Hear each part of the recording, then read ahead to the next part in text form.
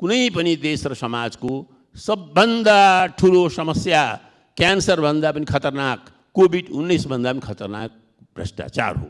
कुनै समय प्रधानमन्त्रीले म भ्रष्टाचार शून्य देश बनाउँछु भन्दा मान्छे तातेका थिए। म 2 वर्षमा घटेका अनेकन काण्डको उल्लेख गर्न चाहन्न। सञ्चार मन्त्रीदेखि विभिन्न मन्त्रीहरू दागी भएका कुरा पनि दोहोऱ्याउन चाहन्न। उहाँहरूले एक दिन आफूलाई सिद्ध गर्नुहोला। म मात्र यो भन्छु, गएर गाउँमा, घरमा, जिल्लामा, अदालतमा, प्रशासनमा वास्तविकता बुझ्नुस्। कुनै समय भूमिगत हिँड्नुभएका तपाईँहरू मित्रहरू, लडाकु जट्ठा बनाएर हिँडेको मन्त्रीहरू झुक्किएर भए पनि गाउँको अवस्था बुझ्नुस्।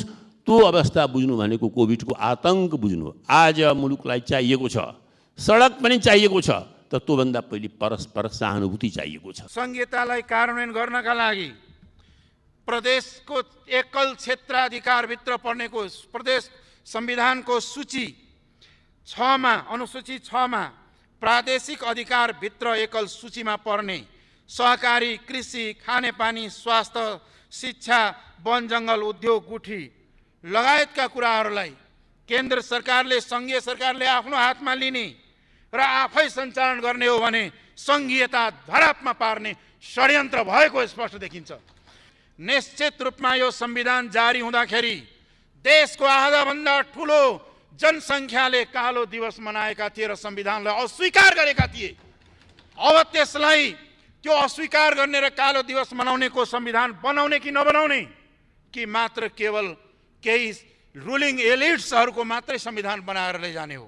मान्यजीहरूले उठाउनु भएको, सरकारले पनि लेखेको छ लिपु लेखको कुरा, लिपु लेख होस् या चाहिँ के भन्दाखेरि महाकालीको होस् या यतापट्टि सुस्ताको होस्, यी समस्याहरूलाई समाधान गर्नुपर्छ र यो समस्या सरकारको अकर्मण्यता र कूटनीतिक असफलताकै परिणाम हुन्। मेरो अनलाइन टिभी, देशको मुहार। अगाडि बसेर आफूको सन्देश दिए जस्तै सन्देश दिने हैसियत नेपालका राष्ट्रपतिको पनि छ। तर त्यसका लागि उहाँले सिङ्गो नेपालको राष्ट्रपति हुन सिक्नुपर्छ। यो राष्ट्रपतिको सन्देश सबै दललाई, सबै पक्षलाई, सबै प्रतिपक्षलाई सम्बोधन गर्ने सन्देश हो। त्यसको यहाँ ध्वनि छैन। र अन्तमा भन्छु, म कुनै पनि देश र समाजको सबभन्दा ठुलो समस्या क्यान्सर भन्दा पनि खतरनाक, कोभिड-19 भन्दा पनि खतरनाक भ्रष्टाचार हो। कुनै समय प्रधानमन्त्रीले म भ्रष्टाचार शून्य देश बनाउँछु भन्दा मान्छे तातेका थिए। म 2 वर्षमा घटेका अनेकन काण्डको उल्लेख गर्न चाहन्न। सञ्चार मन्त्रीदेखि विभिन्न मन्त्रीहरू दागी भएका कुरा पनि दोहोऱ्याउन चाहन्न। उहाँहरूले एक दिन आफूलाई सिद्ध गर्नुहोला। म मात्र यो भन्छु, गएर गाउँमा, घरमा, जिल्लामा, अदालतमा, प्रशासनमा वास्तविकता बुझ्नुस्। कुनै समय भूमिगत हिँड्नुभएका तपाईँहरू मित्रहरू, लडाकु जट्ठा बनाएर हिँडेको मन्त्रीहरू झुक्किएर भए पनि गाउँको अवस्था बुझ्नुस्। त्यो अवस्था बुझ्नु भनेको कोभिडको आतंक बुझ्नु। आज मुलुकलाई चाहिएको छ, सडक पनि चाहिएको छ, तर त्योभन्दा पहिले परस्पर सहानुभूति चाहिएको छ। त्योभन्दा पहिले परस्पर संवेदना चाहिएको छ।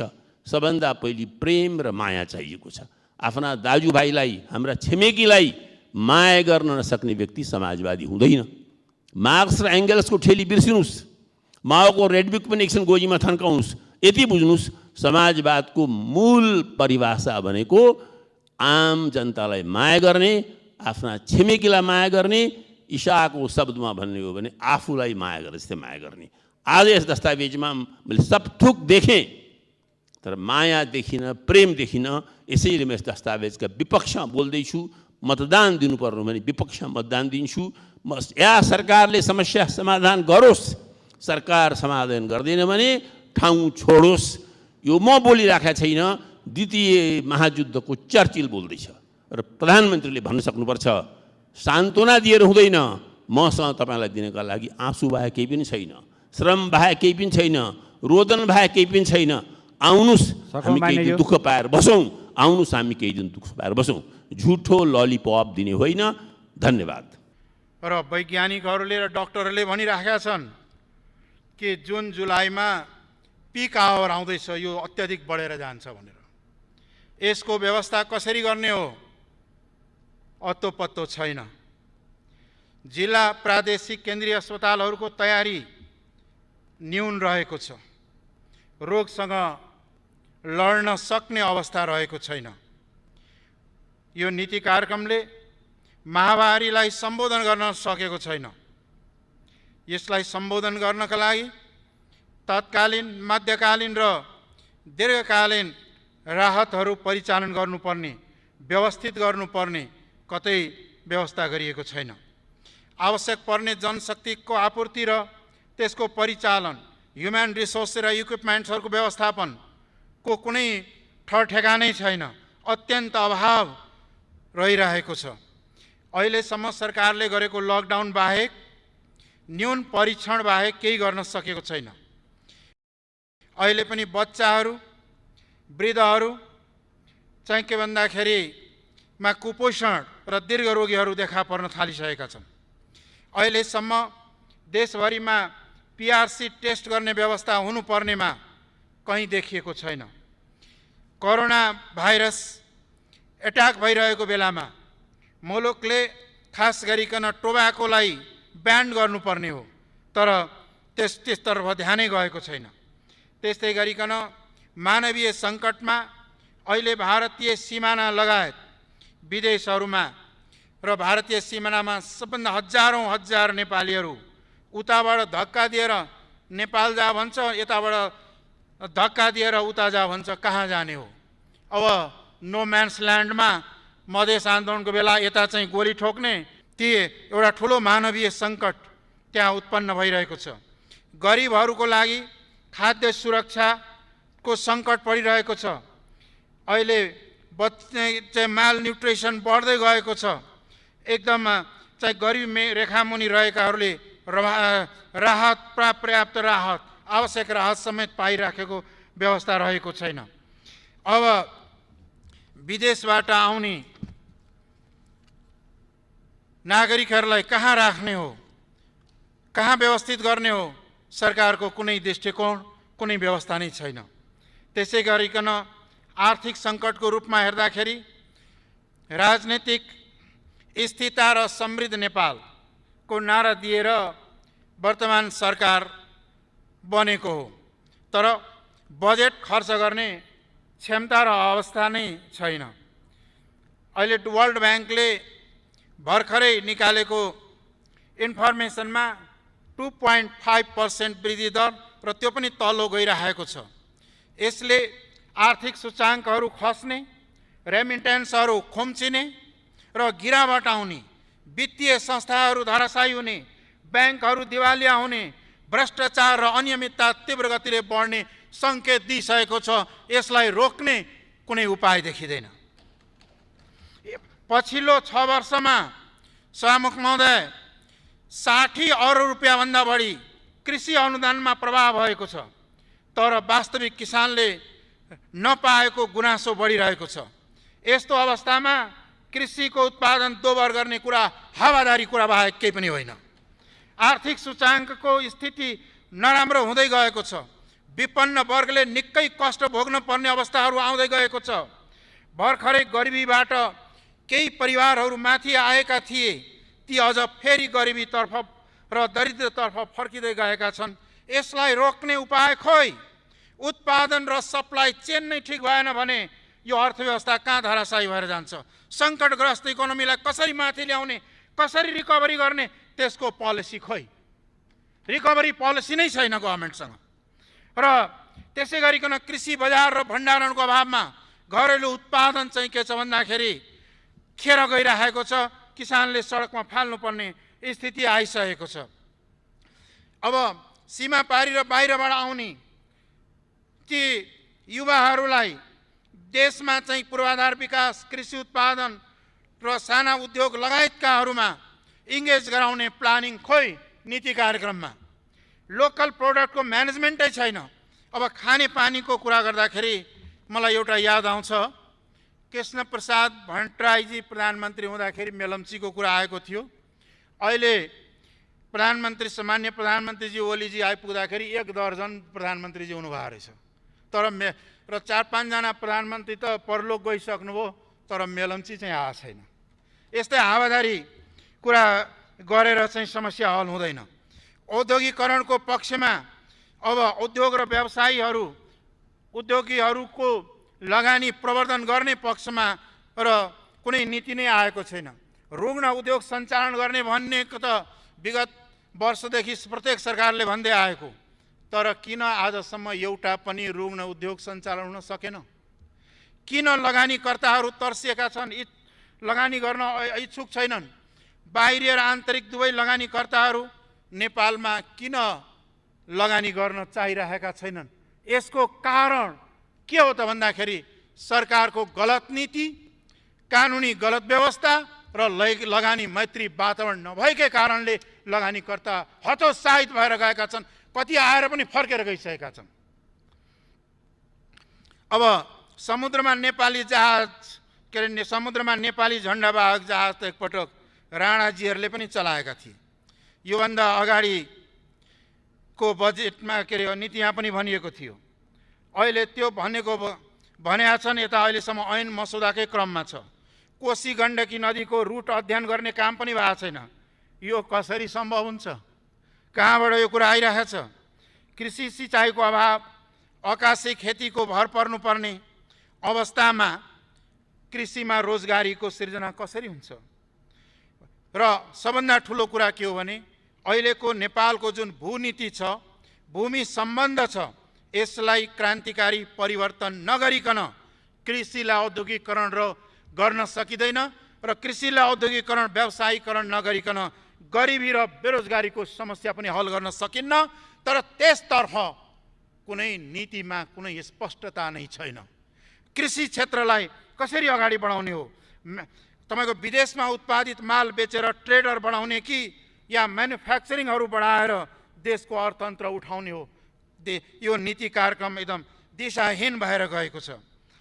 र श्रम क्षेत्रमा देखा परेको असरलाई कसरी हटाउने हो, कसरी कम गर्ने हो, त्यो चाहिँ के छ भन्दाखेरि नीति र कार्यक्रममा कतै उल्लेख गरिएको छैन। अहिलेसम्म सभामुख महोदय 1800 वटा निर्माणाधीन आयोजनाहरू अलपत्र परेका छन्। 118 अर्ब लगानी भइसकेको छ, त्यसलाई फोकस गर्न सकिएको छैन, फोकस गरिएको छैन। हुलाकी राजमार्गको कुरा गरिन्छ। हुलाकी राजमार्गको कुरा गरेको त कई दशक भइसक्यो। सायद त्यो लाग्छ मधेसबाट हुलाकी राजमार्ग गुज्रिने भएको हुनाले त्यो सम्पन्न नगर्न इच्छा भएको हो कि? र त्यो हुलाकी राजमार्ग किन बनिरहेको छैन? त्यो त ब्याकबोन अफ द इकोनोमी हो त्यो देशको। तर त्यसमा चाहिँ के छ भन्दाखेरि पर्याप्त ध्यान, बजेटको लगानी र कार्य गरिरहेको छैन। त्यस्तै गरिकन अघि कुरा उठ्दै थियो निजगढ विमानस्थलको। अन्तर्राष्ट्रिय विमानस्थल बन्नुपर्छ, निजगढ विमानस्थल बन्नुपर्छ, तर वन र पर्यावरणलाई संरक्षित गर्दै त्यो बन्नुपर्छ। वन र पर्यावरणलाई संरक्षित गर्न सकेन भने भोलि ठुलो इकोलोजिकल क्राइसिस र क्लाइमेट चेन्जको इफेक्ट र ग्लोबल रूपमा आइरहेको चाहिँ के छ कि क्राइसिस चाहिँ नेपालमा तीव्र गतिले र ठुलो मारमा नेपाली जनताहरू पर्न सक्दछ। अहिलेको समष्टिगत रूपमा नीति हेर्दाखेरि सहरमुखी र धनी वर्ग लाभान्वित हुने, ग्रामीण जनता र गरिबहरू उपेक्षित हुने खालकाहरू प्रवृत्तिहरूको देखिएका छन्। बजेटको केही भाषाहरू हेर्दाखेरि सरकारमा रहेका दलले आफ्ना कार्यकर्ता र आसेपासेलाई कसरी पालन पोषण गर्ने, कसरी अल्मल्याउने, त्यसमा अलिकति बढी फोकस गएको देखिन्छ। त्यसै गरी राजनीतिक सङ्कटको कुरा छ। अब राजनीतिक रूपमा सङ्घीयतालाई कार्यान्वयन गर्न सरकार उदासीन रहेको छ। सङ्घीयतालाई कार्यान्वयन गर्नका लागि प्रदेशको एकल क्षेत्राधिकारभित्र पर्नेको प्रदेश संविधानको सूची 6 मा अनुसूची 6 मा प्रादेशिक अधिकारभित्र एकल सूचीमा पर्ने सहकारी, कृषि, खानेपानी, स्वास्थ्य, शिक्षा, वन जङ्गल, उद्योग, गुठी लगायतका कुराहरूलाई केन्द्र सरकारले, सङ्घीय सरकारले आफ्नो हातमा लिने र आफै सञ्चालन गर्ने हो भने सङ्घीयता धरापमा पार्ने षड्यन्त्र भएको स्पष्ट देखिन्छ। यत्रो बलिदान गरेर प्राप्त भएको सङ्घीयतालाई धरापमा पार्ने कसैलाई अधिकार छैन। त्यसै गरी स्थानीय तहको कार्य पनि यसै नीतिमा आएको छ। यसले चाहिँ भोलि सङ्घीयतालाई धरापमा पार्ने हो भने मुलुक भयङ्कर सङ्कटमा पर्न सक्छ र पार्ने कार्य हुनेछ। त्यस्तै गरिकन राजनीतिक रूप हेर्ने हो भने अहिले पनि नेपालमा नागरिकता विहीन लाखौं लाख मधेस लगायत हिमाली जनताहरू रहेका छन्। ती नागरिकताको संशोधन, नागरिकता ऐन संशोधन बिल आएको थियो 2 वर्ष अगाडि, कता हरायो, के भयो? त्यो अहिले हलपत्र परेको छ। संविधानको कुरा गर्ने हो भने सभामुख महोदय, निश्चित रूपमा यो संविधान जारी हुँदाखेरि देशको आधाभन्दा ठुलो जनसङ्ख्याले कालो दिवस मनाएका थिए र संविधानलाई अस्वीकार गरेका थिए। अब त्यसलाई त्यो अस्वीकार गर्ने र कालो दिवस मनाउनेको संविधान बनाउने कि नबनाउने, कि मात्र केवल केही रुलिङ एलिट्सहरूको मात्रै संविधान बनाएर लैजाने हो? संविधान अधुरा संविधानलाई संशोधनको प्रक्रियाबाट जबसम्म सबैले अनरसिप गर्ने संविधानको रूपमा रूपान्तरित गर्दैन, पोलिटिकल क्राइसिसको समाधान हुँदैन र त्यसतर्फ आवश्यक ध्यान दिनुपर्दछ। अर्को कुरा के हो भन्दाखेरि उद्योग धन्दाको कुरा गरिएको छ। विकासलाई सबै क्षेत्रमा, सबै भूगोलमा र सबै ठाउँमा सन्तुलित र न्यायोचित रूपले विकास निर्माणका कार्यहरू अगाडि बढाउनुपर्छ। राजा महेन्द्रले जङ्गल फाँडेर हाइवे बनाए, मुलुकको वन विनाश भयो र त्यसदेखि उतापट्टि उद्योग धन्दा कारखाना नबनाउने भनेर हर्क गुरुङले प्रतिवेदन दिएका थिए 2042 सालमा। अहिलेको चाहिँ सरकारको नीति कार्यक्रम हेर्दाखेरि तिनै हर्क गुरुङको पुनरावृत्ति बाहेक अरू केही छैन। राजमार्गदेखि दक्षिण पनि नेपाली नागरिक नै बस्छ। तीन ठाउँमा पनि विकास निर्माणका कार्यहरू अत्यन्त न्यून मात्रामा र प्रायोरिटीमा कहिले परेका छैनन्। सप्तरी जिल्लाको राजविराजमा औद्योगिक नगर बनेको, औद्योगिक क्षेत्र बनेको वर्षौं भइसक्यो, उद्योग कहिले सञ्चालन हुने हो? त्यहाँनेरि विगतकै सरकारले नीति कार्यक्रम र बजेटमा समेतमा ल्याएको स्वास्थ्य विज्ञान प्रतिष्ठान अलपत्र पारिएको छ। त्यसकारणले विकास निर्माण जस्ता कुराहरूलाई पूर्वाग्रहले हेर्नु हुँदैन। एउटा कुरा रियालिटी के हो भन्दाखेरि तराई नेपालको सबभन्दा उर्वरक, सुगम र मेहनती जनता बस्ने ठाउँ हुँदाहुँदै पनि आज त्यहाँको तराईको खास के छ भन्दाखेरि प्रति व्यक्ति आम्दानी सबै क्षेत्रभन्दा न्यून, स्वास्थ्य दृष्टिकोणले सबभन्दा बढी पीडित, शिक्षाको दृष्टिकोणले सबभन्दा पछि, आर्थिक सूचकाङ्कमा सबभन्दा तल किन भयो? त्यो त सबभन्दा माथि हुनु पर्थ्यो नि। त्यसको एउटै कारण के हो भन्दाखेरि विगतका सरकारले लिएको अत्यन्त पूर्वाग्रही र विभेदकारी नीतिकै परिणाम आज सम्पूर्ण देशले भोग्नु परेको छ। अत्यन्त अल्प विकसित मुलुकको रूपमा आज नेपाल रहेको छ। त्यो अल्प विकसितबाट नेपाल उकास्ने हो भने लिस्ट डेभलप कन्ट्रीबाट डेभलपिङ तर्फ जाने हो भने तराईको कृषिलाई आधुनिकीकरण गर्ने, औद्योगिकरण गर्दैदेखि लिएर हिमाल र पहाडको सन्तुलित विकास र कर्णाली र तराईका लागि विशेष डेभलपमेन्टको प्याकेज नल्याइकन अरू कुनै बाटोबाट सम्भवै छैन नेपालको चाहिँ के छैन अल्प विकसित मुलुकबाट अगाडि उठाउनेलाई। तर यो अल्प विकसितबाट कसरी तपाईँको विकासोन्मुख देशतर्फ अगाडि बढ्ने भन्ने यो नीति र कार्यक्रम त कतै छैन। यसो हेर्दाखेरि हाम्रो सत्ता पक्षका मान्यज्यूहरूले त भन्नुहोला, एउटाले समात्दा हात्ती समाज जस्तो, अन्धाले हात्ती समाज जस्तो, एउटा समात्दाखेरि खम्बा जस्तो, अर्को समात्दाखेरि नाङ्लो जस्तो हुन पुगेको छ यो नीति कार्यक्रम। त्यस्तै गरिकन चाहिँ के हो भन्दाखेरि शिक्षा क्षेत्रमा शिक्षा नीति सङ्घीयता विरोधी छ, एकात्मक चरित्रको छ। त्यस्तै गरिकन चाहिँ के छ भन्दाखेरि अहिलेको यो नीति कार्यक्रम त विगतको 2-3 वर्षको यसो नीति कार्यक्रम पल्टाएर हेरेको त कपी र पेस्टै गरेको बढी देखियो। यसमा मौलिकता धेरै कम छ। यो कपी र पेस्ट गरेर दुनियाँ चल्छ। र अर्को कुरा चाहिँ के भन्दाखेरि अहिलेसम्म द्वन्द्वलाई व्यवस्थापन गर्ने, शान्ति प्रक्रियालाई टुङ्ग्याउनको लागि सत्य निरूपण मेलमिलाप आयोग, सत्य निरूपण तथा मेलमिलाप आयोग TRC को कतै हत्तो पत्तो पनि छैन। यस्तो अवस्थामा त्यो कसरी शान्ति प्रक्रिया निष्कर्षमा टुङ्गोमा पुग्ने हो, त्यसको यो महत्त्वपूर्ण पाठ हो। त्यस विषयमा कुनै ठोस, कुनै स्पष्टता नै छैन। र हामीले इकोनोमिक डेभलपमेन्टमा जाँदाखेरि जहिले पनि सस्टेनेबल डेभलपमेन्ट र जस्ट इकोनोमिक डेभलपमेन्ट पर्छ, दीर्घकालीन विकास, दिगो विकास र सन्तुलित विकास, न्यायपूर्ण चाहिँ हुनुपर्दछ, न्यायोचित पनि हुनुपर्दछ र कुनै क्षेत्र, सबै क्षेत्र नेपालै हुन् र सबै नेपाली जनता हुन् भन्ने कुरालाई ध्यानमा राखेर चाहिँ के भन्दाखेरि विकासलाई अगाडि बढाउनु पर्दछ। र अहिले मान्यजीहरूले उठाउनु भएको, सरकारले पनि लेखेको छ लिपु लेकको कुरा, लिपु लेक होस् या चाहिँ के भन्दाखेरि महाकालीको होस् या यतापट्टि सुस्ताको होस्, यी समस्याहरूलाई समाधान गर्नुपर्छ र यो समस्या सरकारको अकर्मण्यता र कूटनीतिक असफलताकै परिणाम हुन्। यो कूटनीतिक असफलताको परिणाम देखा परेका हुन्। यसलाई चाहिँ के छ भन्दाखेरि हल गर्नका लागि चाहिँ के भन्दाखेरि बाइलेटरल डिप्लोमेटिक च्यानलबाट बाइलेटरली चाहिँ के छ भने डायलग गरेर यी समस्यालाई चाँडै हल गरोस् र सरकारले अहिले मुख्य रूपमा स्वास्थ्य, शिक्षा, कृषि र चाहिँ के छ भने उत्पादन र सप्लाई र तलको पिपुलसम्म जाने राहत र स्वास्थ्य जनताको संरक्षण गर्नेमा ध्यान केन्द्रित गर्नुपर्दछ र यसतर्फ ध्यान जाओस्। र यो नीति कार्यक्रमलाई मेरो अनुरोध के हो भने यसमा कुल माइन्डले थिङ्क गरेर पुनर्विचार गरेर यसलाई परिमार्जन गर्नुहोस्। धन्यवाद।